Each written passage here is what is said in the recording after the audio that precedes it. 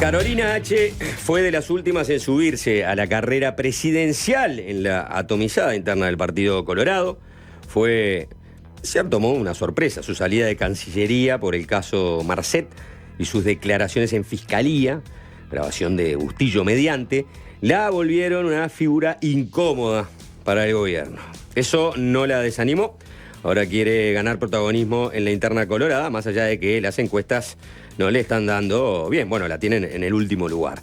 Vamos a conversar sobre sus intenciones, sobre sus planes, y para eso la recibimos en Fácil Desviarse. Carolina H., bienvenida.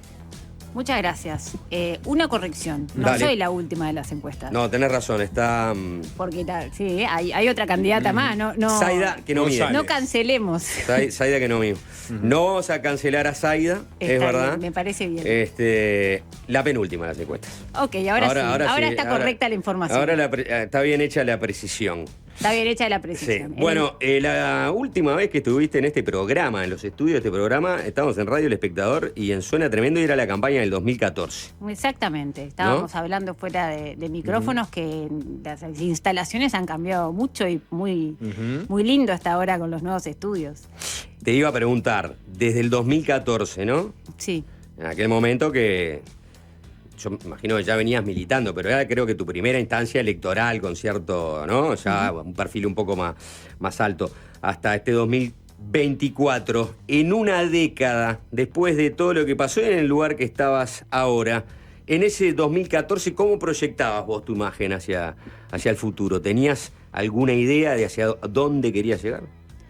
Y uno cuando está en política siempre la carrera es más o menos la conoce, ¿no? Y en ese momento estaba integrando... Fue la primera vez que saqué una lista en las internas. Hice la agrupación ese año también. Con Pedro. Con Pedro Bordaberry. Y teníamos la lista con el mismo número que ahora, la 919. Y bueno, yo acababa de tener mi segundo hijo, que era bebé, todavía no tenía un año. Y si me iba a imaginar, bueno, en ese momento estaba para hacer era para el Parlamento que estábamos dando la pelea. En ese momento que justamente la interna de Montevideo la ganó Guillermo Fachero, en Vamos Uruguay. Fachero. Que está ahí atrás. Sí. Que está ahí atrás mío. Sí, con un revólver en la mano. Apuntándonos. No, es un chiste.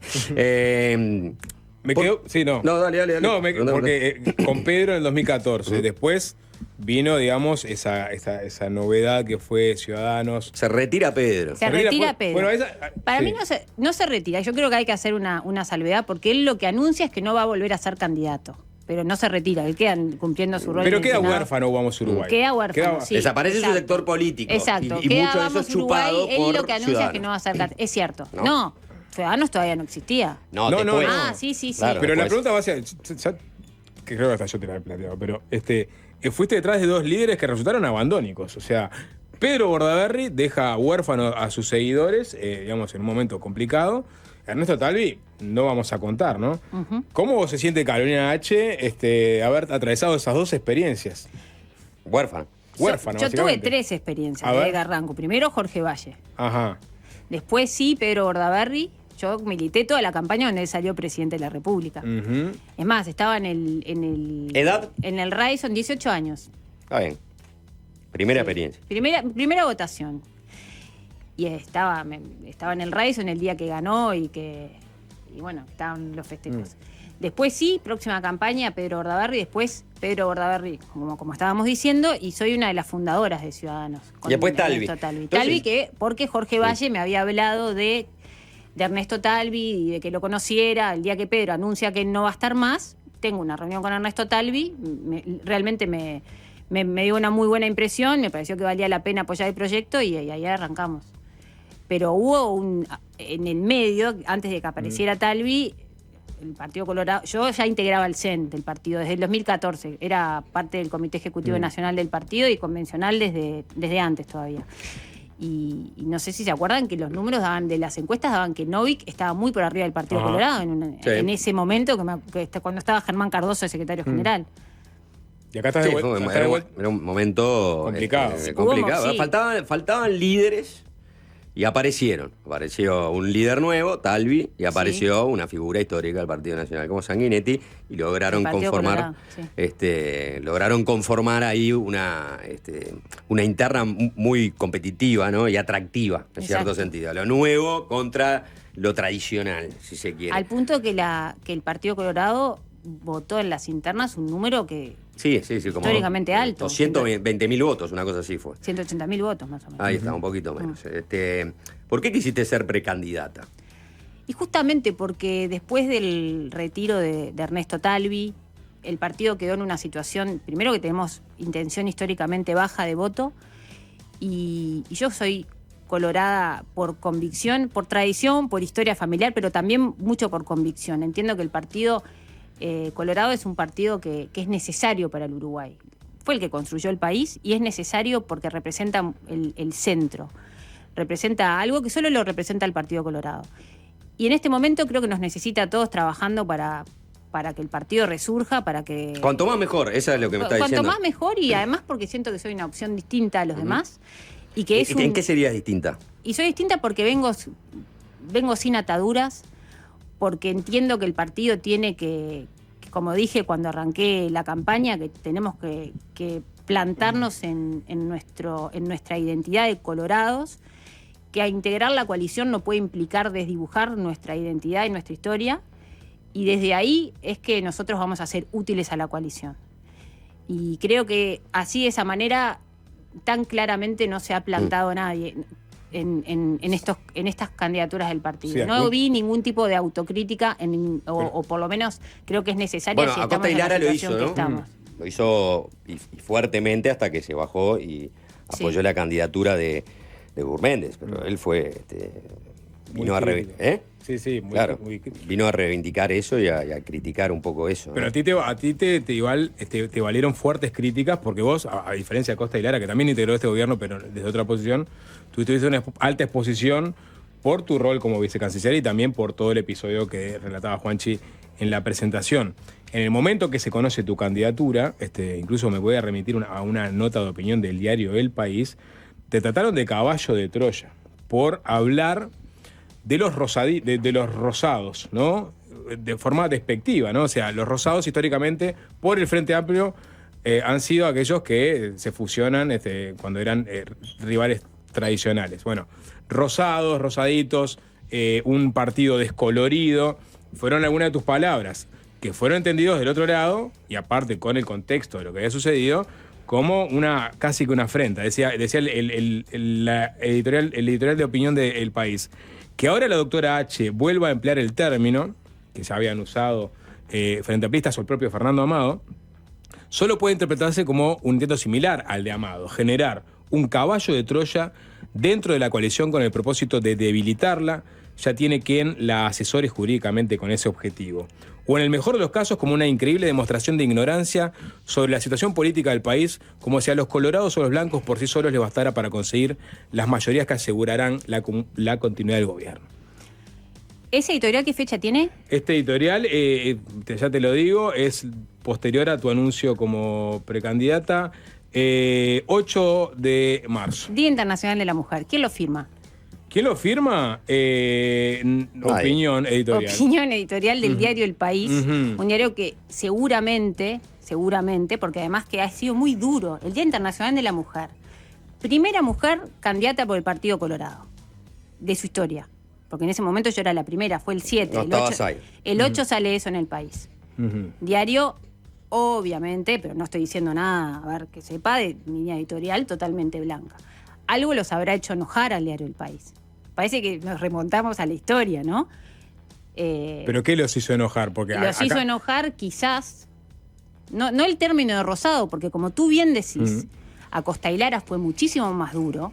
Sin embargo, yo no vi que El País le dedicara una editorial. Se ve que porque gracias a sus declaraciones no renunció ningún ministro blanco. ¿Sabes lo que pasa? Yo te voy a decir una cosa. O sea, decís que Acosta y Lara, perdón, era mucho menos relevante que vos. No estoy de acuerdo. Por algo te pasan o te dedican, en tal caso, una editorial. Tu perfil era mucho más alto. El director de telecomunicaciones, Guzmán Acosta y Lara, no era conocido. De pronto se convirtió en precandidato, cambió su discurso, y, o sea, tuvo un discurso un poco más duro, ¿no? Contra los blancos, eso de ser un poco más... Muchísimo más duro. Reivindicador de decir, del coloradismo. no queremos un partido colorado y no rosado. Está bien. Que creo que es totalmente legítimo en una candidatura colorada. Pero haber grabado figuras del gobierno y haberlos expuesto de esa manera te hace una figura mucho más atractiva para dedicarle una editorial que a Costa y Lara. No una, por me eso dedicaron varias. Bueno, pero por eso no le dedicaron ninguna Costa y Lara. Bueno, pero me la dedicaron antes cuando te ignoran, algo quiere decir. Hay una cosa. Y cuando hablan de ti, algo quiere decir. Exactamente. Bueno.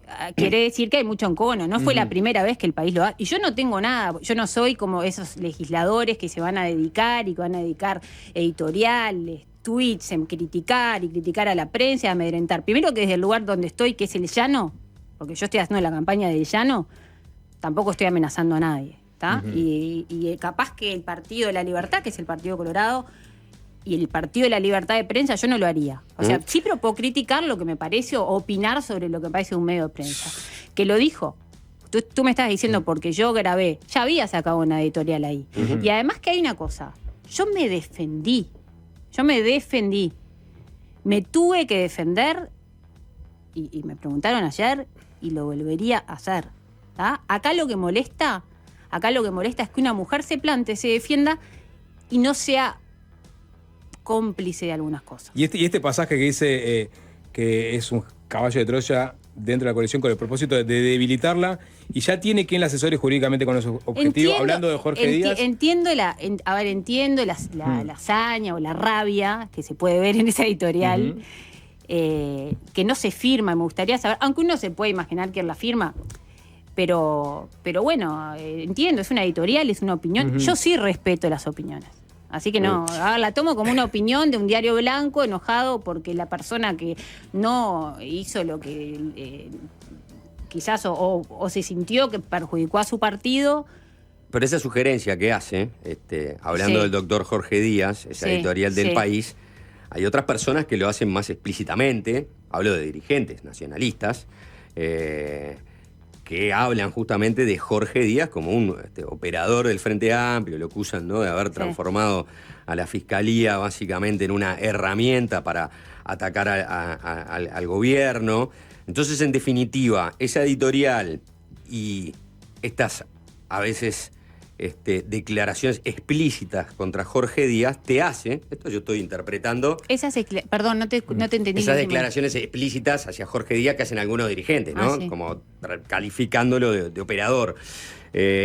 Hacen que para ellos, ¿no?, por eso estas reacciones, pienso yo, tú seas como el caballo de Troya. Es decir, una persona que fue parte del gobierno durante tanto tiempo, que durante varios meses también estuvo en esa trama de qué se hacía con aquel chat. Al final pasó que tú sentiste que capaz que era para vos, te asesoraste y te defendiste como tú decís. Entonces, ellos ven en vos, cerro el concepto para dejarte responder, ellos ven en vos alguien que de pronto los expuso y que ahora como que se desprende de todo y habla de rosaditos, ¿no? Entonces genera como esa visión de caballo de Troya, bueno, no sé. Caballo de Troya, bien colorado el caballo. Bien colorado el caballo de Troya. Y a los hechos me remito. Y resisto cualquier archivo. A los blancos, o a algunos blancos, les molesta. Bueno, yo no soy blanca, yo soy colorada. Y para mí los cargos, los principios no están por abajo de los cargos. A ver, para mí están primero los principios y después los cargos. Y creo que lo demostré. Y creo que rompí una lógica política. Sí, la rompí, me doy cuenta. A ver, tengo conciencia de eso y tengo conciencia que puede incomodar. Porque cuando uno rompe determinados esquemas, incomoda. Ahora, yo entiendo que la política hay que hacerla de esta manera, en sentido de, a ver, yo no ando por la vía grabando. Como tú contaste desde cuándo yo estoy en política. Y compartí los comandos de campaña y nunca en mi vida grabé a nadie. Ahora, cuando vi, vamos a hablar bien gráficamente, que me estaban haciendo una cama, ¿tá?, y que me iban a perjudicar tanto en mi nombre como, bueno, políticamente ni que hablar, pero que podía complicarse a nivel fiscalía, porque lo vi claro, me defendí. Y yo le digo a las mujeres, defiéndanse. Porque acá lo que se me critica es ¿cómo no te callaste la boca, te la comiste sola y te fuiste a tu casa haciéndola culpable de algo que no hiciste? ¿Por qué lo pones en términos de género? Porque Bien. tiene que... Y te está hablando alguien, porque también resisto archivo, yo no soy una feminista radical. Ahora, que en este tipo de cosas las mujeres vamos con las de perder, es así. Más en un caso... A ver, las estadísticas hablan solas. Nunca hubo una canciller mujer, yo era la segunda vicecanciller de la historia del Uruguay, mujer, antes había sido Belela Herrera, y era en un caso donde había 2 hombres con mucho peso político como ministros y otro hombre de subsecretario. ¿Y quién es la que paga los platos rotos sin haber hecho nada? La mujer. Coloradas, aquí estoy, es lo que dice Carolina. Y se armó un relato, que ustedes saben muy bien cómo se arman, porque son periodistas y porque también los llamarán o les pasarán los paquetes armados como se lo pasan a todos los periodistas, donde la culpa la tenía que tener yo. Y si yo no rompía eso, rompí un relato con un dato. Y eso molesta y aparecen las editoriales del país y aparece la gente enojada. Es que hay datos que faltan todavía. Tú ya has dicho en innumerables cantidades de ocasiones que este tema está en la justicia, ¿no? O sea, y va a avanzar la justicia y tú no vas a agregar más nada. Ahora has dicho que todo lo que declaraste en fiscalía lo podés probar. Lo sostengo y lo mantengo. Lo sostenés y lo mantenés. Eso incluye, por ejemplo, el hecho que vos denunciaste que Roberto Lafluf te dijo que había destruido ese documento que habías entregado en Cancillería. Ese es uno de los temas que decís que podés probar, por ejemplo. Yo dije que todo lo que... Yo mantengo eso que dije. Todo lo que dije en fiscalía lo mantengo y lo sostengo y lo puedo probar. Y lo puedo probar, sí. Y en los hechos de la ética política, ¿no? Ya no en los hechos judiciales, porque esto es un caso que está abierto. Hubo durante mucho tiempo que estaban estos chats y que un conjunto de personas del gobierno fueron diciendo, ¿cómo vamos a manejar esto ante el Parlamento? ¿No? Y hubo reuniones sobre eso. Y en parte lo que dice la oposición es, bueno, en el Parlamento omitieron esto, lo soslayaron. Entonces, si lo soslayaron o lo dijeron muy subrepticiamente, mintieron. Y en todo ese momento, en tal caso, nadie dijo, che, éticamente esto está mal. Yo no acompaño esto. O sea, tú eras parte también de eso y fuiste parte de esa reunión. Entonces, ¿no hay una responsabilidad ética en ese sentido? ¿No? Yo en ese sentido, a ver, volviendo a cómo fueron las cosas, y lo ha dicho por suerte, ¿no? Porque al principio era, cuando salieron esos chats, que obviamente salieron a la luz porque los aporté yo, a pesar de todo los aporté yo, ahora que está de moda romper los celulares para no aportar evidencia, los aporté yo. Cuando salen a la luz era, salieron muchos periodistas al mismo tiempo a decir, lo indujo a error al ministro porque no había comentado nada de... Cuando todos sabían perfectamente que todos los conocían de antes. Y como dijo ahora el ex ministro Luis Alberto Heber, se tomó la decisión por parte de los ministros de que esa información era irrelevante. Y esa decisión se toma en esa reunión que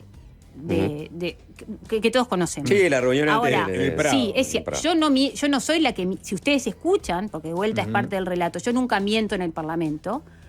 No, en ningún momento digo algo que sea mentira. No, yo lo que digo es que sí es cierto, aceptaste una estrategia. Y eso sí, y ahí yo ya reconocí que obviamente con el diario del lunes eso fue un error.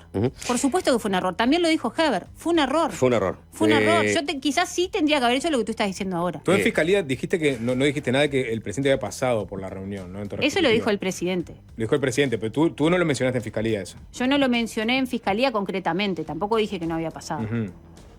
Bien. No fue parte de ninguna pregunta. O sea, no lo dije, a ver, no recuerdo ahora bien mis declaraciones, pero pasó a saludar. Digo, porque es relevante a la hora de saber si el presidente estaba al tanto, ¿no? De lo que estaba sucediendo. El presidente fue él el que dijo que había estado en la reunión. Había pasado a saludar. ¿Y te dijo algo más aparte de hola? Como dije, si yo tengo que ir a Fiscalía a aclarar sobre algún hecho, lo voy a hacer ahí. Bien. Lo voy a hacer donde corresponde, ¿no? Porque no lo puedes hacer acá porque estás esperando que te citen. Porque hay una causa abierta, claro. Yo creo que lo que corresponde es hablar. Lo hice, estuve un año callada la boca, bancando palos de todos lados. Carolina, y esperé, así que... vos decías, ¿no? Yo soy un caballo de Troya bien colorado. Yo no soy ningún caballo de Troya, en todo caso soy un... Pero vos dijiste bien colorado ese caballo de Troya, ¿no? Sí, el caballo de Troya que habla el señor... estamos en la metáfora el opinólogo que no firma las notas, claro. sí. ¿Sabés quién es? No, me imagino. Dijiste que sospechabas quién era. Sospecho, pero no, yo sobre sospechas no hablo. No tengo la seguridad.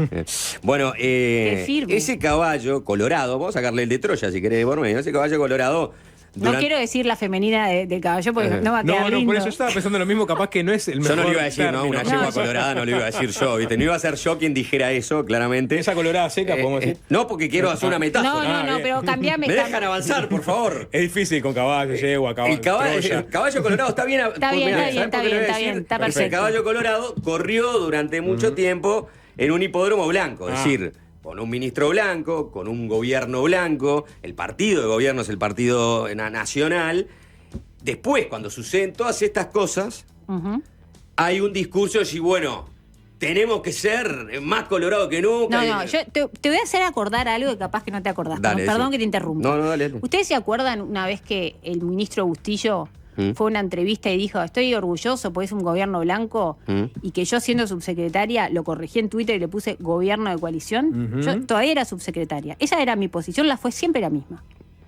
Siempre la misma. ¿Lo corregiste en Twitter? Por Twitter lo corregiste. Qué cagada. No, puse y él lo dijo. Bueno, sí, yo lo corregí por Twitter puedes pasar por la porque me pareció importante. Somos pero coalición. lo digo porque para decir, a ver, porque algunas cosas sí se daban de esa manera.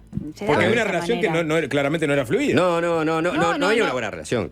No era fluida porque... Pero está bien que se lo hayan marcado, y es importante que se lo hayan marcado, y yo lo reconozco, y eso es una acción razonable, ¿no? Razonable. Sí, fue... Ahora, te voy a hacer la pregunta directamente. Sí, cómo no. ¿Por qué crees que de alguna manera sos una candidata distinta? Porque entendés que los restantes colorados han sido mayormente coaligados que colorados.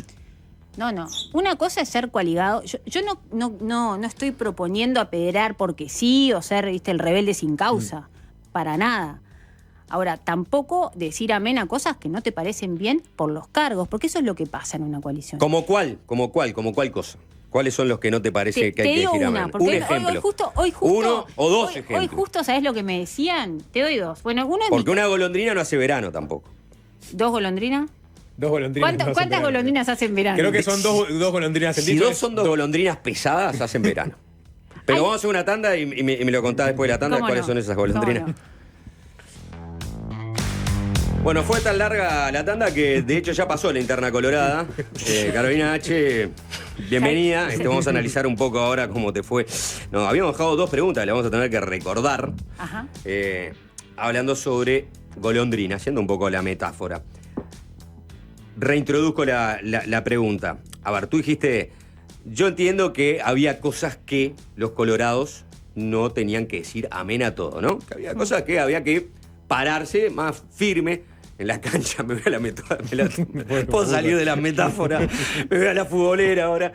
Y enfrentar a los blancos. Entonces yo te pregunté, bueno, ejemplos, ¿no? ¿Dónde están esos ejemplos de que los colorados dijeron amén cuando deberían haber dicho no, señor?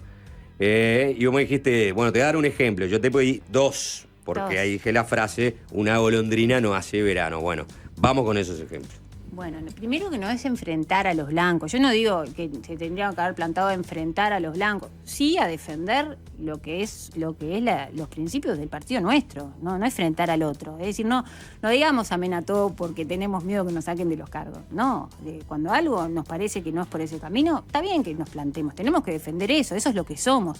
Te doy un ejemplo. En mi caso, yo era la representante del Partido Colorado, no era solamente Carolina H., que es subsecretaria, era la representante del Partido Colorado. Y fue la que pagó o sea, el que termina pagando el costo político es el Partido Colorado. Bueno, hay un partido bien plantado, si mi sector hubiese estado a la altura, se plantaba. Pero no estuvo. Te doy otro. Con el caso de Penades, sin entrar en detalles del caso Penades, ¿está? Te voy a poner un ejemplo, porque a mí, por lo menos como colorada, me hizo mucho ruido.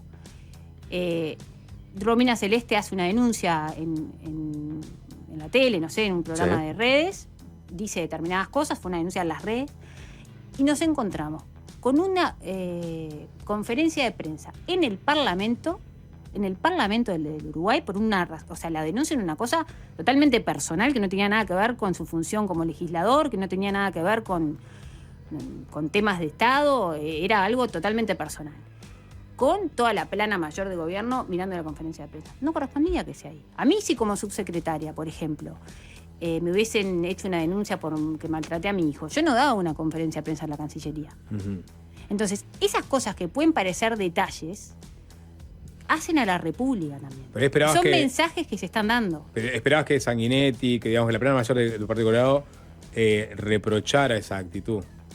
No, esperaba, sí lo hizo, más en un caso que en ese momento, obviamente yo, primero el principio de inocencia, no estoy hablando sobre el fondo del asunto. No, estamos hablando del lugar, de la institucionalidad. De la institucionalidad. Penades en el Parlamento defendiéndose. Penades en el Parlamento, en una conferencia de prensa en el Parlamento, con el ministro del Interior en primera fila, ahí capaz que el Partido Colorado decía, voy a la República. Vos tiraste ahí alguna pista, ¿no? Como diciendo miedo por los cargos, como diciendo que en el fondo hubo colorados, ¿no? O los colorados, vamos a hacerlo más en general, en términos como coalición,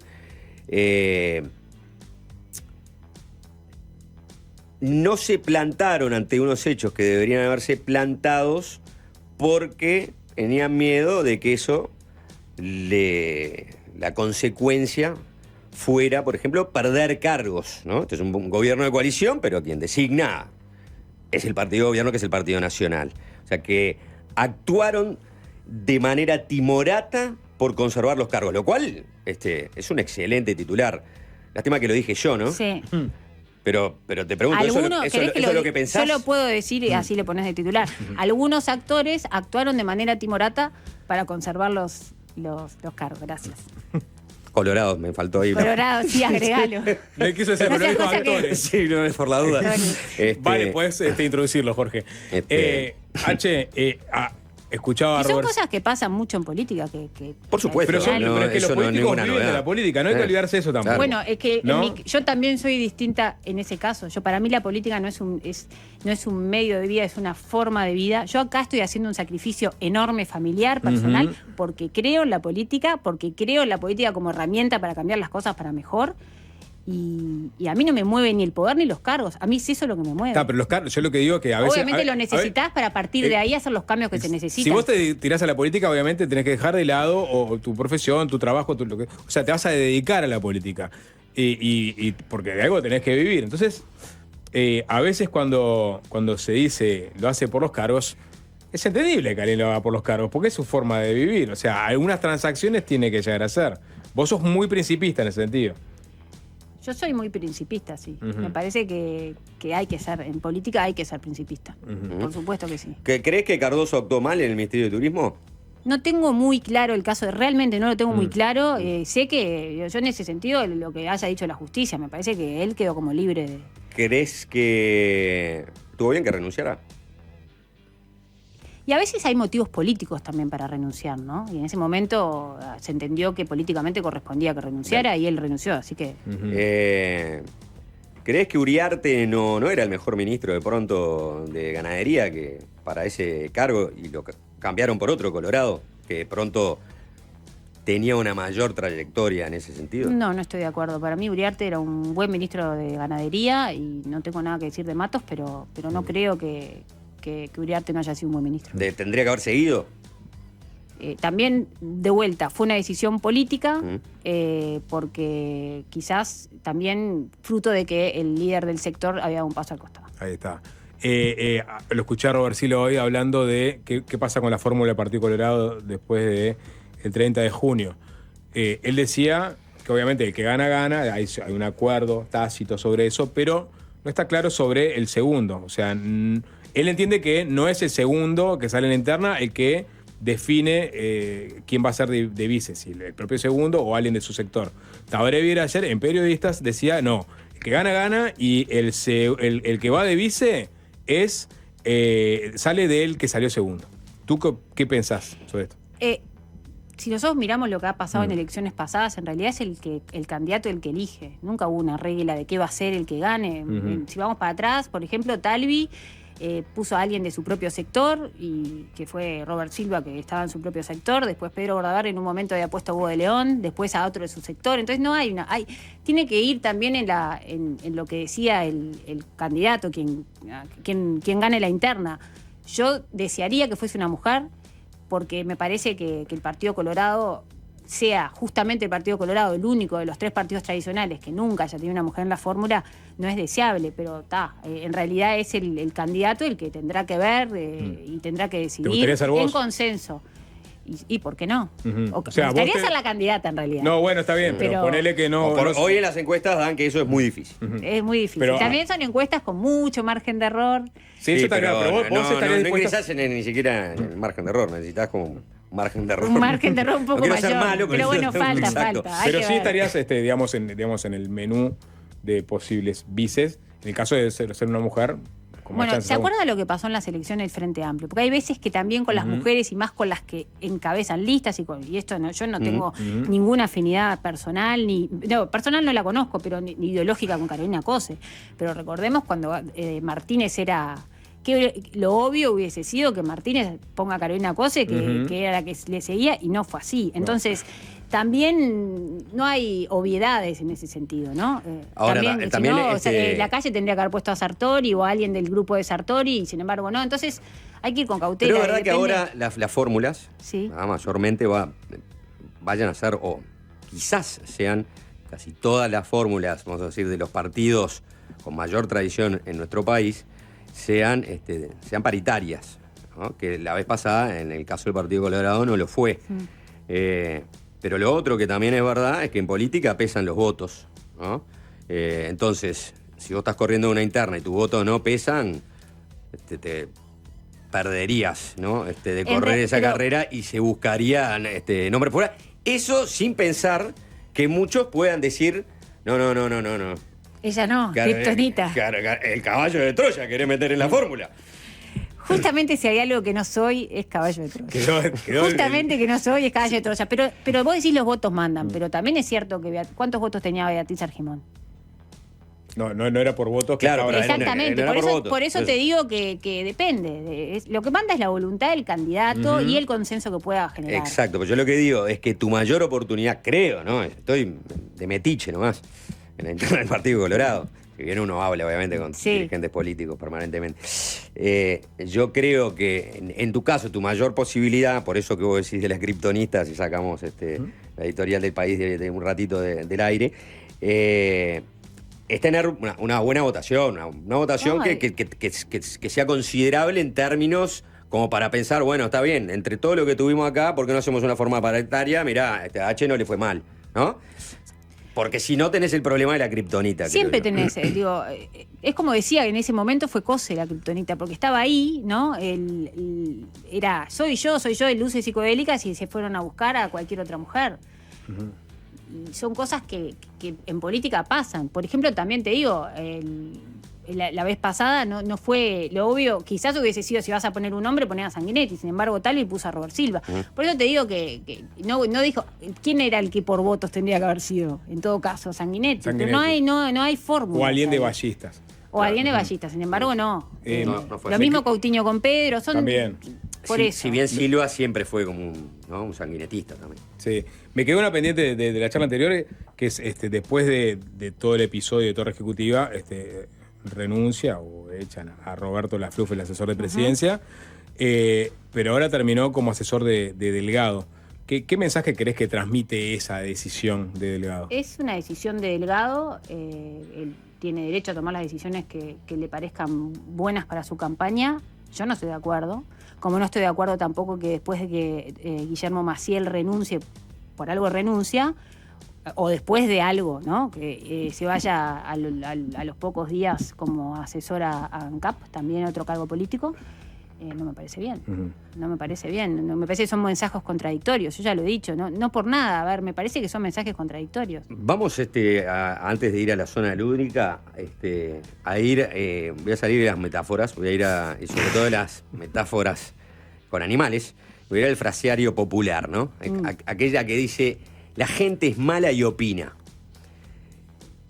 ¿Qué pensás que piensa la gente? ¿Pensás que cree que es convincente tu respuesta en fiscalía de que te reuniste con Alejandro Balbi, que era en ese momento quien le estaba gestionando, tramitando el pasaporte a Marcet, que ahora todos ya saben quién es Marcet, de que, bueno, te reuniste unos minutos porque quería consultar a ver cuándo salía la valija diplomática y que no hubo nada más. Ahora lo que está claro es que realmente no hubo nada más. Entonces me parece que ahora eso ya ha quedado saldado con los hechos. No hubo nada de parte mía. No tenía competencias y no hice nunca por afuera de mis competencias nada en el trámite. Así que yo me reuní con un abogado.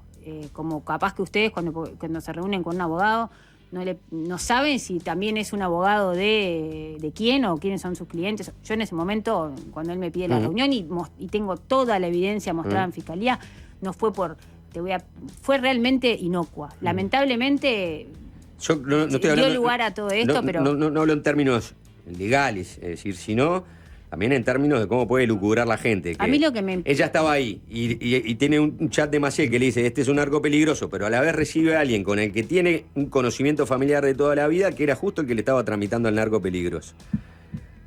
Cómo ella de algún momento va a tener su salvoconducto, no hablo del judicial, ¿no? Cómo ella va a obtener un salvoconducto habiendo estado metida en eso que ante los ojos de la gente, más allá de que si el pasaporte correspondía o no, todo quedó como una gran tramoya. Quedó la tramoya que se quiso que quedara. Porque por suerte yo puedo decir que todo lo mío es transparente. Está todo ahí para que la gente opine y para que la gente diga. Entonces, yo tengo la conciencia súper tranquila. Y la gente no es tonta. Una cosa es lo que opina o lo que se quiere imponer, el relato que se quiere imponer. La gente no es tonta. Y yo lo que siento en el contacto mano a mano con la gente es que la gente se dio cuenta perfectamente cómo son las cosas. Acá somos pocos, nos conocemos todos. ¿Cuál podría ser mi interés? No lo necesito. Nunca tuve ningún tipo de antecedente de ese tipo en mi vida. Es como muy traído de los pelos. Y se notó. Antes de la zona lúdica, una pregunta más personal, ¿no? A mí me interesa en estos temas.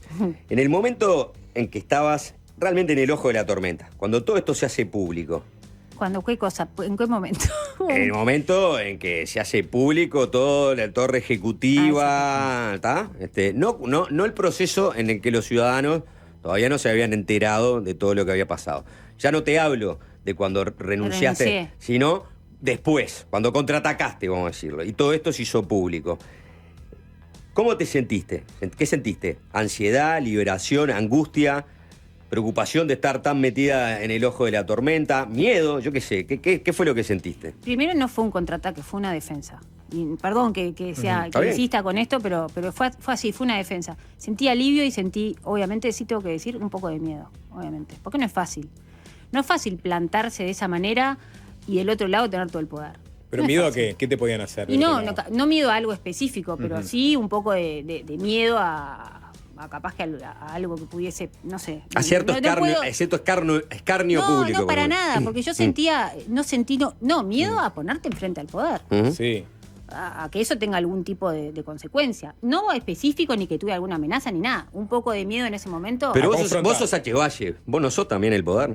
O sea, no, tampoco. ¿Por qué soy el tampoco poder? del otro lado estaba. Estaba el poder político de ese momento. Ese lado, sí. Justamente me puse ahí, yo estaba totalmente en el llano y sabía que capaz que eso los hacía enojar. Por más que yo entiendo que fue totalmente legítimo y tengo todo el derecho a defenderme cuando fui víctima de una situación injusta en la cual podía quedar complicada. Yo tengo 2 hijos chicos, tengo una familia que también se vio afectada con todas las cosas, con todas las mentiras que se dijeron, con todas las cosas que se dijeron. Mis hijos la pasaron horrible en el colegio. Por ese lado, cuando pude decir las cosas como son y salí de eso que les había quedado comodísimo de poner mi cara al lado de la cara de Merced, la verdad que sí sentí alivio. Sentí alivio porque yo había tenido eso de decir, no, voy a esperar y voy a hablar lo que tengo que hablar. Si yo hubiese querido hacer daño y atacar, hubiese salido a la prensa, hubiese puesto play y al otro día renunciar hubiese puesto todos los audios públicos. Y no fue lo que hice. No fue lo que hice porque no fue algo que hice para dañar, fue algo que hice para tomar recaudos para defenderme de algo que fue eso, justamente. Fue una cama que me hicieron y no esperan capaz que una mujer se defienda. Pero yo le digo que no le pase a ninguna otra mujer. Bien, y hablando de algo que vos trajiste, claro, ahora me estoy dando cuenta, vos ahí también tenés la verdadera kriptonita, ¿no? En ese celular que grabaste. No sé, eso lo estás diciendo tú. Yo no dije una personita. Lo vas acercando así, ¿no? Bueno, zona lúdica para Carolina H. ¿Conoce la zona lúdica, Carolina H, o no? Sí, cómo no. Conoce, perfecto. Entonces, igual decime las reglas. No, las reglas es una zona lúdica, su nombre lo explicita. Es un lugar en donde nos distendemos un poquito más. Las respuestas son más bien en joda, por más que tengan algún viso de realidad. Muchas de las consignas van a ser mucho más jodidas que las propias preguntas de la entrevista. Esta es la peor parte de la entrevista, en realidad. Pero bajo un paraguas de zona lúdica.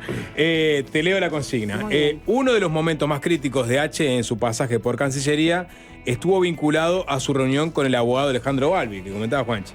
Seguramente H aprendió lecciones de ese capítulo. Esta zona lúdica va de eso. Le vamos a dar una serie de posibles reuniones y H va a responder si se reúne o no se reúne. Es clara, ¿no? Sí. Bueno, arrancamos. Con Robert Silva y Diego Sanjurjo para hablar de seguridad pública. ¿Se reúne o no se reúne? Me reúno. Con Andrés Ojeda y Gustavo Subía para hablar de seguridad pública. También me reúno. Con Jorge Díaz y la dirección del semanario Búsqueda para celebrar la publicación del libro de Lucas Silva. ¿Con Jorge Díaz y quién? Y la dirección de Búsqueda para hablar del libro de Astesiano. Si Lucas Silva no está en búsqueda. No, pero sacó el libro. Pero lo dieron los dos Entonces puntos. No corresponde. No corresponde la reunión. Bien, nos meten a todos en la misma bola. Sí, es impresionante. El grupo. ¿Cómo está Magnolio? Es impresionante. Acá, nadie tiene bozal. Con Alejandro Balbis, el músico, para pedirle perdón por las molestias causadas por posibles confusiones. No lo conozco, pero no, tampoco corresponde. Un enano y un gigante. Con Carolina Cose para coordinar sobre diseño gráfico y armado de listas. No hablamos de este tema. No me reúno. No te reunís, nos quedó en el tintero. Jugaste al borde, ¿eh? No, por favor. Ahí está, la tengo ahí por las dudas la teníamos. Pero a ella le faltaba la foto, era un borrador. Está, pero el azul ese es del frente, ¿no? Carolina, mira, va la vieja del sapo que tiene cataratas y bota al frente y la mete de una para dentro de la lista. Se subestima mucho al pueblo uruguayo. No subestimen al pueblo uruguayo. No subestimen desde Carrasco al pueblo uruguayo. Yo no subestimé, dije un problema ocular, ¿no? No, pero ella va con mi foto bien grande. Esa no es la lista. Fue un preprint. Exacto, fue un preprint. Fue para generar polémica. No, mirá que son vivos los políticos, hacen todo esto y dicen, mirá, tirá esta lista, van a hablar de vos, te van a salir en la prensa, está bien. Fue fachero, me dijeron que lo me parece excelente la estrategia. No lo oculten. Con Roberto Lafluf, sí, le ofrece asesorarla gratis en la campaña hacia octubre como disculpas por las molestias causadas. Bueno, habrá que ver. Respuesta. Con Zaida González para armar un frente de mujeres coloradas para ganar la interna. Bueno, ya estamos un poco sobre la fecha, así que no corresponde. Con Jorge Baba, para ver si viene a Nacional en lugar del chino Recoba, pero sí, también el cacique Medina. Pero ¿te reunirías con Jorge Baba o el cacique Medina? Para ver si viene a dirigir Nacional. Sí, cómo no. Bien. El palillo está con Carolina H. ¿Está? No pica para DT, ¿no? No. Con el chino Recoba para que no se vaya y se quede dirigiendo a Nacional. No, ya se fue, no me voy a reunir. Con cualquier funcionario del gobierno si le pide que entre por el garaje en Torre Ejecutiva. No. Con Francisco Bustillo, aprovechando que está de licencia y tiene tiempo. Nos tomamos un café. Con Guillermo Maciel, para que no se corte, digamos. Sí, ¿por qué no? Siempre hay cosas para hablar, ¿no? Acá viene la parte del absurdo, ¿no? Con un fonoaudiólogo, porque la H es muda. No. Con Federico Reboledo, que es nuestro gerente general aquí en Del Sol, porque le está faltando un operador de grabaciones. ¿Cómo no? Le puedo enseñar. Carolina H., muchas gracias. Muchas gracias a ustedes. Fácil desviarse.